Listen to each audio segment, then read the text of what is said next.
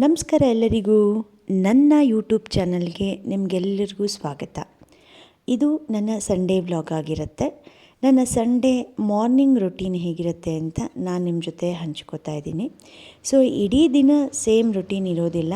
ಯಾಕೆ ಅಂತ ಹೇಳಿದ್ರೆ ಅದು ಡಿಪೆಂಡ್ ಆಗುತ್ತೆ.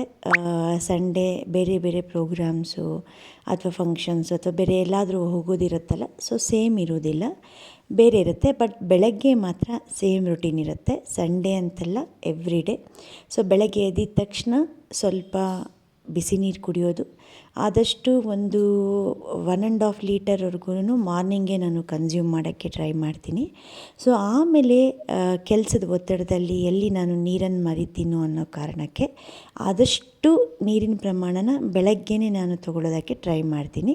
ಸೊ ಉಗುರು ಬೆಚ್ಚಗಿರೋ ನೀರನ್ನ ಹಾಗೆ ಸ್ವಲ್ಪ ಕುಡಿದು ಕಷಾಯಕ್ಕೆ ಸ್ವಲ್ಪ ಬೆರೆಸ್ಕೊಂಡು ಕುಡಿತೀನಿ. ಈ ಕಷಾಯ ಏನಕ್ಕೆ ಅಂತ ಹೇಳಿದ್ರೆ ಯೂಶ್ವಲಿ ಡೈಜೆಷನ್ ಪ್ರಾಬ್ಲಮ್ಸು ನಾನು ಎಷ್ಟೊಂದು ವ್ಲಾಗಲ್ಲಿ ಆಲ್ರೆಡಿ ನಿಮ್ಮ ಹತ್ರ ಹೇಳಿರ್ತೀನಿ.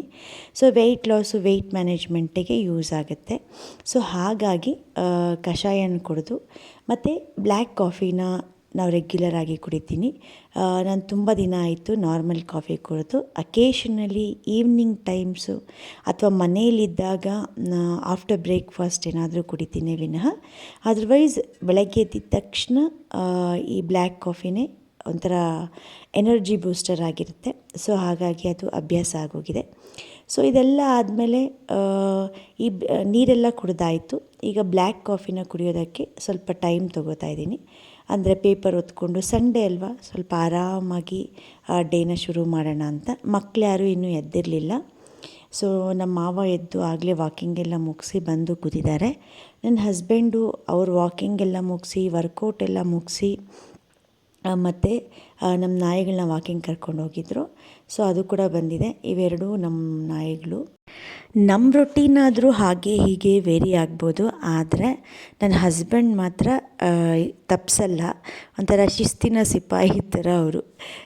ಏನು ಮಿಸ್ ಮಾಡಿದ್ರು ವರ್ಕೌಟ್ ಮಿಸ್ ಮಾಡಲ್ಲ, ವಾಕಿಂಗ್ ಮಿಸ್ ಮಾಡಲ್ಲ. ನಾಯಿಗಳ ಜೊತೆ ವಾಕಿಂಗ್ ಹೋಗ್ತಾರೆ. ಮತ್ತು ಅಂದರೆ ಆಲ್ಮೋಸ್ಟ್ ಬೆಳಗ್ಗೆ ವರ್ಕೌಟ್ ಜೊತೆಗೆ ಇದು ಕೂಡ ಒಂದಷ್ಟು ದೂರ ಕರ್ಕೊಂಡು ಹೋಗ್ತಾರೆ. ಅದು ಕೂಡ ಎಕ್ಸ್ಟ್ರಾ ವಾಕಿಂಗ್ ಆಗುತ್ತೆ ಅವ್ರಿಗೆ. ಸೊ ನಮ್ಮ ಕೈಲಿ ಅಷ್ಟೊಂದೆಲ್ಲ ಆಗಲ್ಲ. ನನ್ನ ಕೈಲಿ ಎಷ್ಟಾಗುತ್ತೋ ಅಷ್ಟು ಮಾಡೋದಕ್ಕೆ ಟ್ರೈ ಮಾಡ್ತೀನಿ. ಈ ಮಧ್ಯೆ ನನ್ನ ಮಕ್ಕಳು ಎದ್ದು ಬಂದರು.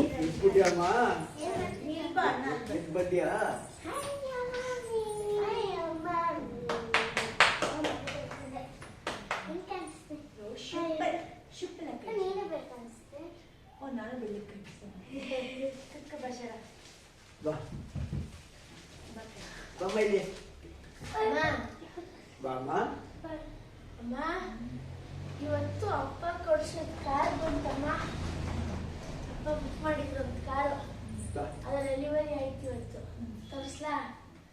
ತೋರ್ಸೋಣ ನಂದು ಅಪ್ಪ ಕೊಡ್ಸಿದ ಕಾರು.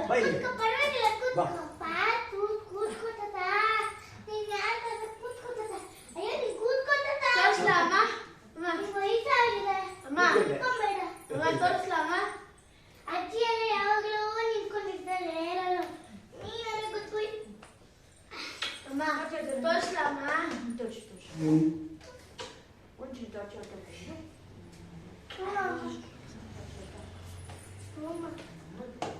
ವಿಡಿಯೋ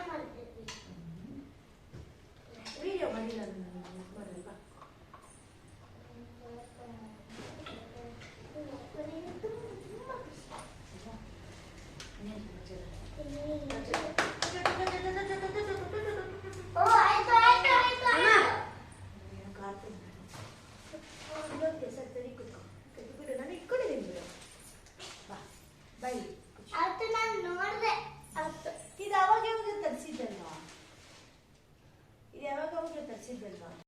ನನ್ನ ಮಕ್ಕಳು ಎದ್ಮೇಲೆ ಅವ್ರ ಜೊತೆ ಸ್ವಲ್ಪ ಹೊತ್ತು ಟೈಮ್ ಸ್ಪೆಂಡ್ ಮಾಡಿ ಅವರಿಬ್ಬರಿಗೂ ಹಾಲು ಕೊಟ್ಟು, ನಮ್ಮ ಮಾವನಿಗೆ ಕಾಫಿ ಕೊಟ್ಟು, ಈಗ ಮೇಲ್ಗಡೆ ಸ್ವಲ್ಪ ಕೆಲಸ ಇತ್ತು, ಅದನ್ನ ಮಾಡ್ಕೊಳ್ಳೋದಕ್ಕೆ ಬಂದಿದ್ದೀನಿ. ಅದಾದಮೇಲೆ ಇಲ್ಲಿ ನಾನು ಸಂಡೇ ಅಲ್ವಾ, ಸಂಡೇ ಅಂದ್ರೇ ಆಯಿಲ್ ಮಸಾಜ್. ನಾನು ಸ್ವಲ್ಪ ಎಣ್ಣೆ ಹಚ್ಕೊಂಡು ನನ್ನ ಮಕ್ಕಳಿಗಿಬ್ಬರಿಗೂ ಎಣ್ಣೆ ಹಚ್ಚಿ ತಲೆ ಸ್ನಾನ ಮಾಡಿಸಿ ಅದೊಂಥರ ಆರಾಮ ಅನಿಸುತ್ತೆ. ಸೊ ಹಾಗಾಗಿ ಇಲ್ಲಿ ನನ್ನ ಮಗ ಬಂದ. ಸೊ ಅವರು ಕೂಡ ಸ್ಕೂಲ್ಗೆ ಹೋಗಿ ಆಟ ಆಡಿ ದಿನಾಗಲೂ ಅವ್ರಿಗೆ ಎಣ್ಣೆ ಹಚ್ಚಿ ಸ್ನಾನ ಮಾಡಿಸೋಷ್ಟು ಟೈಮ್ ಇರಲ್ಲ ಅಲ್ವಾ. ಸೊ ಬೇಗ ಬೇಗ ಅರ್ಜೆಂಟಲ್ಲಿ ಮಾಡಿರ್ತಾರೆ. ಹಾಗಾಗಿ ಸೊ ಇಲ್ಲಿ ಅವ್ರಿಗಿಬ್ರಿಗೂ ಸ್ವಲ್ಪ ಆಯಿಲ್ ಮಸಾಜ್ ಮಾಡಿ, ಈ ಆಯಿಲ್ ಮಸಾಜ್ ಮಾಡೋ ಟೈಮಲ್ಲೂ ಅಷ್ಟೇ ಅವ್ರ ಸ್ಕೂಲಲ್ಲಿ ಏನಾಯಿತು ಅಥವಾ ಅವ್ರ ಫ್ರೆಂಡ್ಸ್ ಯಾರು, ಹೇಗಿರ್ತಾರೆ ಅಥವಾ ಅವ್ರು ಹೇಗಿರಬೇಕು, ಇದನ್ನೆಲ್ಲ ನಾವು ಮಾತಾಡೋಕ್ಕೆ ನಮಗೆ ಟೈಮ್ ಸಿಗುತ್ತೆ. ಸೊ ನಾವು ಮಕ್ಕಳ ಜೊತೆ ಆದಷ್ಟು ಟೈಮ್ ಸ್ಪೆಂಡ್ ಮಾಡಬೇಕು. ಪ್ರತಿಯೊಬ್ಬರು ಈ ಒಂದು ಕರೆಂಟ್ ಸಿಚುಯೇಷನಲ್ಲಿ ಪೇರೆಂಟ್ಸ್ ಇಬ್ಬರೂ ವರ್ಕಿಂಗ್ ಇರ್ತಾರೆ. ನಮಗೆ ಒಂದೊಂದು ಸಲ ಬ್ಯುಸಿ ಆಗಿಬಿಡ್ತೀವಿ, ಮಕ್ಕಳ ಜೊತೆ ಮುಕ್ತವಾಗಿ ಮಾತಾಡೋದಕ್ಕಾಗೋದಿಲ್ಲ. ಬಟ್ ಆದಷ್ಟು ನಮಗೆ ಟೈಮ್ ಸಿಕ್ಕಿದಾಗ ನಾವು ಅವ್ರ ಜೊತೆ ತುಂಬ ಟೈಮನ್ನು ಸ್ಪೆಂಡ್ ಮಾಡಬೇಕು. ಅವ್ರಿಗೆ ಯಾವತ್ತೂ ನಮ್ಮ ಜೊತೆ ಮಾತಾಡ್ತಿಲ್ಲ ಆ ಥರ ಲೋನ್ಲಿ ಫೀಲ್ ಆಗಬಾರ್ದು. ಆದಷ್ಟು ಅವ್ರ ಜೊತೆ ನಾವು ಮಾತಾಡೋಕ್ಕೆ ಟ್ರೈ ಮಾಡಬೇಕು. ಹಾಗಂತೇಳಿ ಕೆಲವೊಂದು ಸಂದರ್ಭಗಳಲ್ಲಿ ನಾವು ಕೆಲಸನ ಬಿಡೋಕ್ಕಾಗೋದಿಲ್ಲ. ಮುಂದೆ ನಮ್ಮ ಮಕ್ಕಳಿಗೆ ಒಂದು ಒಳ್ಳೆಯ ಫ್ಯೂಚರ್ ಕೊಡಬೇಕಂತೇಳಿದ್ರೆ ನಾವು ಕೆಲಸ ಮಾಡಲೇಬೇಕಾಗಿರುತ್ತೆ.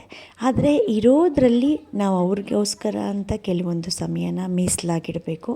ಸೊ ಹಾಗಾಗಿ ಅವ್ರಿಗೂ ಕೂಡ ಬೇಜಾರಾಗೋದಿಲ್ಲ. ನಮ್ಮ ಹತ್ರ ಅಂದರೆ ಶೇರ್ ಮಾಡ್ಕೊಳ್ಳೋಕ್ಕಾಗದೇ ಇರೋವಂಥದ್ದನ್ನು ಬೇರೆಯವ್ರ ಹತ್ರ ಶೇರ್ ಮಾಡ್ಕೊಳ್ಳೋಕ್ಕೆ ಆಪರ್ಚುನಿಟಿನ ನಾವು ಕೊಡಬಾರ್ದು. ಆ ಮಕ್ಕಳು ನಮ್ಮ ಜೊತೆ ಮುಕ್ತವಾಗಿ ಮಾತಾಡ್ಕೊಳ್ಳೋ ಎನ್ವಿರಾನ್ಮೆಂಟನ್ನು ನಾವು ಮನೆಯಲ್ಲೇ ಕ್ರಿಯೇಟ್ ಮಾಡಬೇಕು. ಆದಷ್ಟು ನಾವು ಹೊರಗಡೆ ಅವರ ಸ್ನೇಹದಕ್ಕಿಂತ ನಾವೇ ಅವರಿಗೆ ಫ್ರೆಂಡ್ಸ್ ಆಗಿರೋದು ತುಂಬಾ ಇಂಪಾರ್ಟೆಂಟ್ ಅಂತ ನನ್ನ ಅನಿಸಿಕೆ. ಸೊ ಇದನ್ನೆಲ್ಲ ಮಾಡಿ ನಾನು ಕೆಲಸ ಮಾಡಿ ನನ್ನ ಮಕ್ಕಳ ಜೊತೆ ಟೈಮ್ ಸ್ಪೆಂಡ್ ಮಾಡಿ ನನ್ನ ಮಗನಿಗೆ ಸ್ವಲ್ಪ ಓದೋದಿತ್ತು, ಅವನಿಗೆ ಅದನ್ನ ಅಲ್ಲಿ ಕೊಟ್ಬಿಟ್ಟು ನಾನಿಲ್ಲಿ ಸ್ವಲ್ಪ ವರ್ಕೌಟ್ ಮಾಡಬೇಕು ಅಂತ ಬಂದಿದ್ದೀನಿ. ಪ್ರತಿಯೊಂದು ವುಮೆನ್ ಅಷ್ಟೇ, ನಾನು ಹೇಳಿದ್ನಲ್ಲ, ನಮಗೆ ಸ್ಟ್ರಿಕ್ಟ್ ಡಯೆಟ್ಟು, ಸ್ಟ್ರಿಕ್ಟ್ ಎಕ್ಸಸೈಸ್ ಮಾಡೋಕ್ಕಾಗಲಿಲ್ಲ ಅಂತೇಳಿದ್ರು ಅಟ್ಲೀಸ್ಟ್ ನಮಗೆ ಅಂತ ಒಂದು 30 ಮಿನಿಟ್ಸ್ ಆದರೂ ನಾವು ಇಟ್ಕೋಬೇಕು ನಮ್ಮ ನರಿಶ್ಮೆಂಟ್ ಮಾಡ್ಕೊಳ್ಳೋದಕ್ಕೆ. ಅದು ಫುಡ್ ವಿಷಯದಲ್ಲಾಗಿರ್ಬೋದು, ಎಕ್ಸಸೈಸ್ ಆಗಿರಬಹುದು. ವೀಕ್ಲಿ ಅಂದರೆ ನಾವು ಪ್ರತಿದಿನ ಮಾಡಬೇಕು ಅಂತಿಲ್ಲ ಅಥವಾ ಇದೇ ಟೈಮ್ಗೆ ಮಾಡಬೇಕು ಅಂತಿಲ್ಲ. ನಮಗೆ ಟೈಮ್ ಸಿಕ್ಕಿದಾಗ ಅಟ್ಲೀಸ್ಟ್ 30 ಮಿನಿಟ್ಸು ನಮಗೋಸ್ಕರ ನಾವು ಸ್ಪೆಂಡ್ ಮಾಡ್ಕೋಬೇಕು. Most of the women after marriage, after kids ಏನಾಗ್ಬಿಡುತ್ತೆ ಅಂತೇಳಿದ್ರೆ ಎಲ್ಲ ಟೈಮು ನಮಗೆ ಅವ್ರಿಗೆ ಮಾಡೋದಕ್ಕೆ ಸರಿ ಹೋಗುತ್ತೆ. ಅಂಥೇಳಿದ್ರೆ ಅವ್ರಿಗೆ ರೆಡಿ ಮಾಡಿಸಿ, ಅವರಿಗೆ ಸ್ನಾನ ಮಾಡಿಸು ಅಥವಾ ಅವ್ರ ಕೆಲಸ ಮಾಡು, ಅವ್ರ ಬಟ್ಟೆ ತೊಗೋ ಅಥವಾ ಅವ್ರಿಗೆ ಲಂಚ್ ಬಾಕ್ಸ್ ಮಾಡು, ಅವ್ರು ಊಟ ಮಾಡಿದ್ರಾ ಇಲ್ವಾ. ಸೊ ಇದೇ ಆಗೋಗುತ್ತೆ. ನಾವು at the end of the day question ಮಾಡಿಕೊಂಡಾಗ ನಮ್ಮನ್ನು ಯಾರು, ನೀವು ಊಟ ಮಾಡಿದ್ರಾ, ರೆಸ್ಟ್ ತೊಗೊಂಡ್ರಾ ಅಥವಾ ನೀವೇನಾದರೂ ಪ್ರಾಪರಾಗಿ ಫುಡ್ ತೊಗೊಂಡ್ರಾ, ಇದನ್ನು ಕೇಳೋರು ತುಂಬಾ ಕಡಿಮೆ. ಅದು ಮೋರೋವರು ನಾವು ಬೇರೆಯವರು ಕೇಳಿ ನಾವು ಅದನ್ನ ಆಮೇಲೆ ಮಾಡೋಣ ಅನ್ನೋಂಥ ಅಷ್ಟು ಎಕ್ಸ್ಪೆಕ್ಟೇಷನ್ ನಾವು ಇಟ್ಕೋಬಾರ್ದು. ನಾವು ನಮ್ಮ ಮಕ್ಕಳ ಬಗ್ಗೆ ಕೇರ್ ಮಾಡಬೇಕು, ನಮ್ಮ ಫ್ಯಾಮ್ಲಿ ಬಗ್ಗೆ ಕೇರ್ ಮಾಡಬೇಕಂದ್ರೆ ಫಸ್ಟ್ ಆಫ್ ಆಲ್ ನಾವು ಹೆಲ್ದಿಯಾಗಿರಬೇಕು. So healthy version in the sense ನಾವು ಒಳ್ಳೆ ಫುಡ್ ತೊಗೊಳ್ಳೋದು ಮತ್ತು ಒಳ್ಳೆ ಎಕ್ಸಸೈಸ್ ಮಾಡೋದು, ನಮ್ಮ ಬಾಡಿ ಕಂಡೀಷನ್ನಲ್ಲಿದೆಯಾ ಅಂತ ನಾವು ನಮ್ಮನ್ನೇ ಚೆಕ್ ಮಾಡ್ಕೊಳ್ಳೋದು. ಸೊ ಹೀಗೆ ನಾವು ಬೇರೆಯವ್ರ ಮೇಲೆ ಡಿಪೆಂಡ್ ಆಗಬಾರ್ದು. ನಮ್ಮನ್ನು ನಾವೇ ಚೆಕ್ ಮಾಡ್ಕೋಬೇಕು. ನಮಗೇನು ಬೇಕು ಅಂತ ನಾವೇ ಕ್ವೆಶನ್ ಮಾಡ್ಕೋಬೇಕು. ಸೊ ಪ್ರತಿಯೊಂದು ವುಮೆನ್ಗೂ at the end of the day ಏನೇ ಕೆಲಸ ಮಾಡಿದ್ರು, ಎಷ್ಟೇ ಕೆಲಸ ಮಾಡಿದ್ರು ಕ್ರಿಟಿಸಿಸಮ್ ಅನ್ನೋದು ಇದ್ದೇ ಇರುತ್ತೆ. ನೀವೇನು ಮಾಡ್ತಿದ್ದೀರಾ, ಇಷ್ಟೇ ಅಲ್ವಾ, ನಾವು ಮಾಡ್ತಾಯಿದ್ವಿ. ಸೊ ಇದ್ರ ಆಚೆಗೂ ನಾವು ಅದನ್ನೆಲ್ಲ ತಲೆಗೆ ಹಾಕ್ಕೊಳ್ದಿರ ನಮ್ಮ ಕೈಯಲ್ಲಿ ಎಷ್ಟಾಗುತ್ತೋ ಅಷ್ಟೇ ಮಾಡಬೇಕು. ಅದನ್ನು ನಾವು ನಮಗೋಸ್ಕರ ನಾವು ಹೆಲ್ದಿಯಾಗಿರೋದಕ್ಕೆ ಏನು ಬೇಕೋ ನಮ್ಮ ಬಗ್ಗೆ ನಾವೂ ಯೋಚನೆ ಮಾಡಬೇಕು. ಬಿಕಾಸ್ ವುಮೆನ್ ಅನ್ನೋದು ಪ್ರತಿಯೊಂದು ಮನೆಯಲ್ಲಿ ಹೆಲ್ದಿಯಾಗಿದ್ದರೆ ಆವಾಗ ಇಡೀ ಫ್ಯಾಮ್ಲಿ ಚೆನ್ನಾಗಿರುತ್ತೆ. ನಾವೊಂದು ವಾರ ಮಲ್ಕೊಂಬಿಟ್ರೆ ಸೊ ನಮಗೂ ಮಾಡೋರಿರಲ್ಲ, ನಮ್ಮ ಮೇಲೆ ಡಿಪೆಂಡ್ ಆಗಿರುವಂಥವ್ರಿಗೂ ಮಾಡೋರಿರಲ್ಲ. ಹಾಗಾಗಿ ನಾವು ಫಸ್ಟ್ ಚೆನ್ನಾಗಿದ್ದರೆ, ನಾವು ಒಳ್ಳೆ ಫುಡ್ ತೊಗೊಳ್ತಾ ಇದ್ದೀವ, ನಾವು ಚೆನ್ನಾಗಿದ್ದೀವ, ನಾವು ಹೆಲ್ದಿಯಾಗಿದ್ದೀವ, ಆಮೇಲೆ ನಮಗೆ ನಮ್ಮ ಮಕ್ಕಳ ಬಗ್ಗೆ ಕೇರ್ ಮಾಡೋದಕ್ಕೆ, ನಮ್ಮ ಹಸ್ಬೆಂಡ್ ಬಗ್ಗೆ ಕೇರ್ ಮಾಡೋದಕ್ಕೆ, ಫ್ಯಾಮ್ಲಿ ಬಗ್ಗೆ ಕೇರ್ ಮಾಡೋದಕ್ಕೆ ಸರಿ ಹೋಗುತ್ತೆ. ಸೊ ನಿಮ್ಮನ್ನು ನೀವು ಕ್ವೆಶನ್ ಮಾಡ್ಕೊಂಡಿಲ್ಲ ಅಂತೇಳಿದ್ರೆ ಐ ಆಮ್ ಶ್ಯೂರ್ ನಿಮ್ಮನ್ನು ಯಾರೂ ಕ್ವೆಶನ್ ಮಾಡೋದಕ್ಕೆ ಬರೋದಿಲ್ಲ.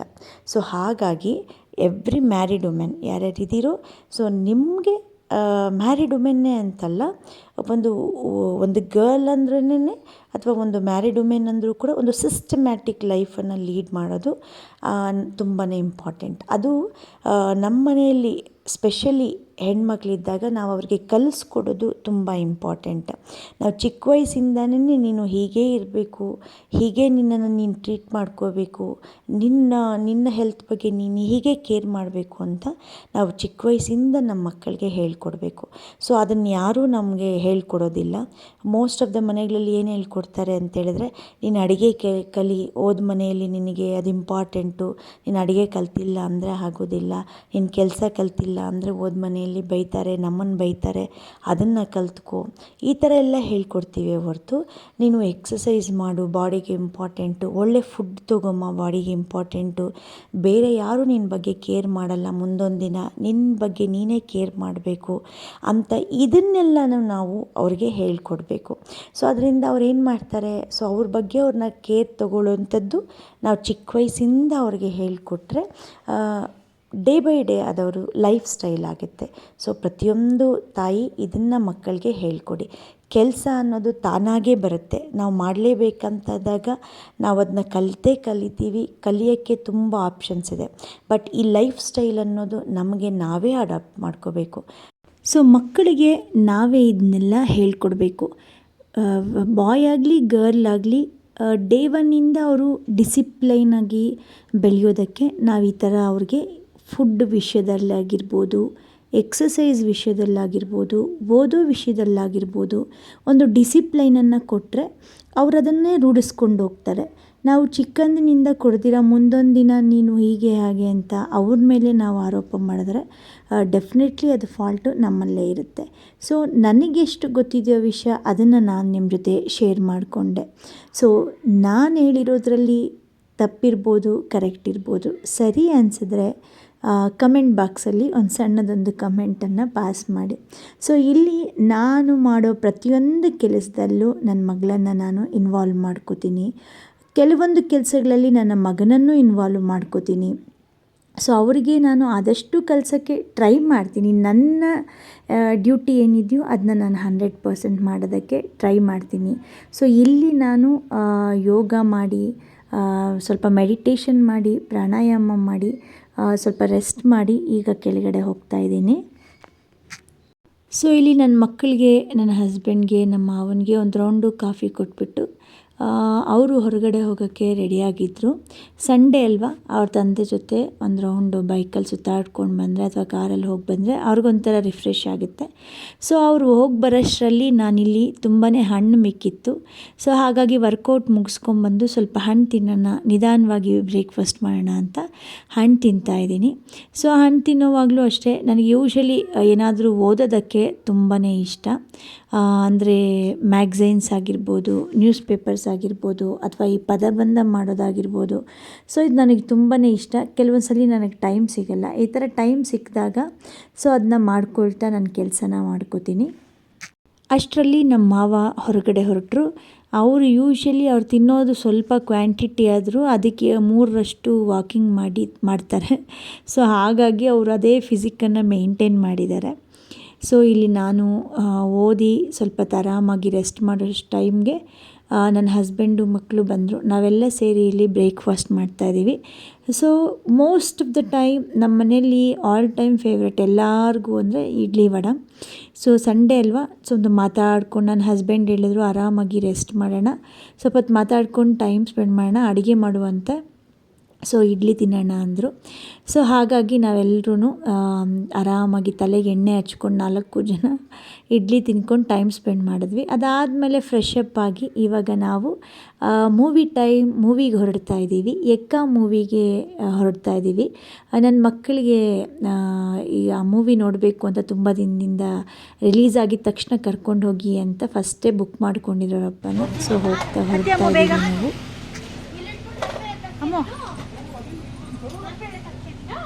ಹತ್ತಿ ಬೇಗ ಹತ್ತಿ ಅಮ್ಮ.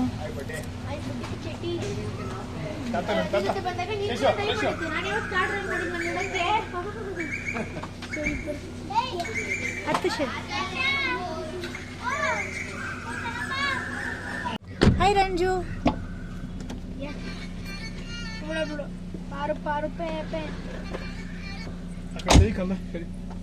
ಮಾಡಬೇಡ ಬೇಡ ಅವ್ರಿಗೆ ಮಾಡಬೇಡ ಬೇಡ ಅವ್ರಿಗೆ ಆಯ್ತು ಬಿಡೆ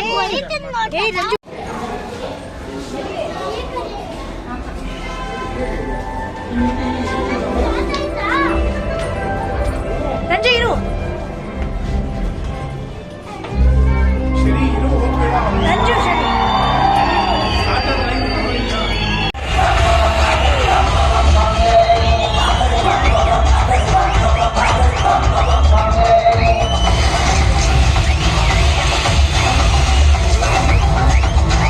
ಸೊ ಮೂವಿ ತುಂಬಾ ಚೆನ್ನಾಗಿತ್ತು, ನಾವು ಎಂಜಾಯ್ ಮಾಡಿದ್ವಿ. ಸ್ವಲ್ಪ ಮಾಸ್ ಮೂವಿ ಬಟ್ ಚೆನ್ನಾಗಿದೆ. ಕನ್ನಡ ಮೂವಿಗಳನ್ನು ನಾವು ಥಿಯೇಟ್ರಲ್ಲಿ ನೋಡಬೇಕು, ಕನ್ನಡನ ಉಳಿಸ್ಬೇಕು, ಕನ್ನಡನ ಬೆಳೆಸಬೇಕು ಅಲ್ವಾ.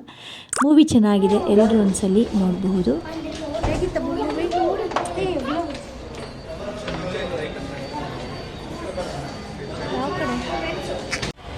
ಹೇಗಿತ್ತಮ್ಮ movie? Super movie, very good movie, ತುಂಬಾ ಚೆನ್ನಾಗಿದೆ. ಏನು ಚೆನ್ನಾಗಿತ್ತು ಹೇಳು. Must watch, full fighting, must watch, ನೋಡಲೇಬೇಕು. ಚೆನ್ನಾಗಿತ್ತಾ? ಚೆನ್ನಾಗಿತ್ತ ಮೂವಿ?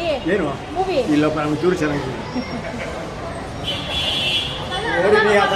ಎಲ್ಲರೂ ಬಂದು ಒಂದ್ಸಲ ಪಿಕ್ಚರ್ ನೋಡಿ, ಚೆನ್ನಾಗಿದೆ. ಕನ್ನಡ ಪಿಕ್ಚರ್ ನೋಡಿ ಚೆನ್ನಾಗಿತ್ತು. ಸೊ ಮೂವಿ ನೋಡಿಕೊಂಡು ಅಲ್ಲಿಂದ ನಾವೀಗ ಮನೆ ಕಡೆ ಹೊರಟಿದ್ದೀವಿ. ಸೊ ಸರಿಸುಮಾರು ಒಂದು 7:15, 7:30 ಆಗಿತ್ತು. ಸೊ ಮನೆಗೆ ಹೋಗಿ ಇನ್ನೇನು ಅಡುಗೆ ಮಾಡೋದು ಅಂತ ಹೇಳಿಬಿಟ್ಟು, ಯಾಕೆಂದರೆ ಒಂದೊತ್ತಿಗೆ ಮಧ್ಯಾಹ್ನೊಂದ್ಸಲಿ ಮಿಕ್ಕೋಗುತ್ತೆ ಯಾಕೆ ಅಂತ ಹೇಳಿಬಿಟ್ಟು, ಸೊ ಹೋಟ್ಲಲ್ಲೇ ಲೈಟಾಗಿ ಏನಾದರೂ ತಿನ್ಕೊಂಡು ಹೋಗೋಣ ಅಂತ ನಮ್ಮ ಮನೆ ನಿಯರ್ ಬೈ ಒಂದು ಹೋಟೆಲಿಗೆ ಬಂದ್ವಿ. ಸೊ ಯೂಶ್ವಲಿ ನಾನು ಹೊರಗಡೆ ಹೋದರೆ ಈವ್ನಿಂಗ್ ಟೈಮ್ಸ್ ಒಂದು 6:30ಗೆ ನಂದು ಡಿನ್ನರ್ ಫಿನಿಶ್ ಆಗಿಬಿಡುತ್ತೆ. ಸೊ ಇವತ್ತು ಸ್ವಲ್ಪ ಲೇಟಾಗಿರೋದ್ರಿಂದ ಹೆವಿ ಏನು ಬೇಡ ಅಂತ ಲೈಟಾಗಿ ಸ್ವಲ್ಪ ನಾನು ನನ್ನ ಹಸ್ಬೆಂಡ್ ಇಡ್ಲಿ ತೊಗೊಂಡ್ವಿ. ನಮ್ಮ ಮಾವ ಮಕ್ಕಳಿಗೆ ಅವ್ರಿಗೆ ಏನು ಬೇಕೋ ಅದನ್ನ ಕೊಡಿಸಿದ್ವಿ. ಸೊ ಅಲ್ಲಿ ಡಿನ್ನರನ್ನು ಕಂಪ್ಲೀಟ್ ಮಾಡಿಕೊಂಡು ಈಗ ಮತ್ತೆ ಮನೆ ಕಡೆ ಹೊರಡ್ತಾ ಇದ್ದೀವಿ. ಹ್ಯಾಪಿನೆಸ್ ಅನ್ನೋದು ಎಲ್ಲೋ ಸಿಗೋವಂಥ ವಸ್ತು ಅಲ್ಲ. ನಮಗೇನಿದೆಯೋ, ನಮಗೆಷ್ಟಿದೆಯೋ ಅಷ್ಟರಲ್ಲಿ ಚಿಕ್ಕ ಚಿಕ್ಕ ಮೂಮೆಂಟ್ಸನ್ನು ಎಂಜಾಯ್ ಮಾಡ್ತಾ, ಖುಷಿ ಪಡ್ತಾ ಲೈಫನ್ನು ಲೀಡ್ ಮಾಡೋದು ಹ್ಯಾಪಿನೆಸ್.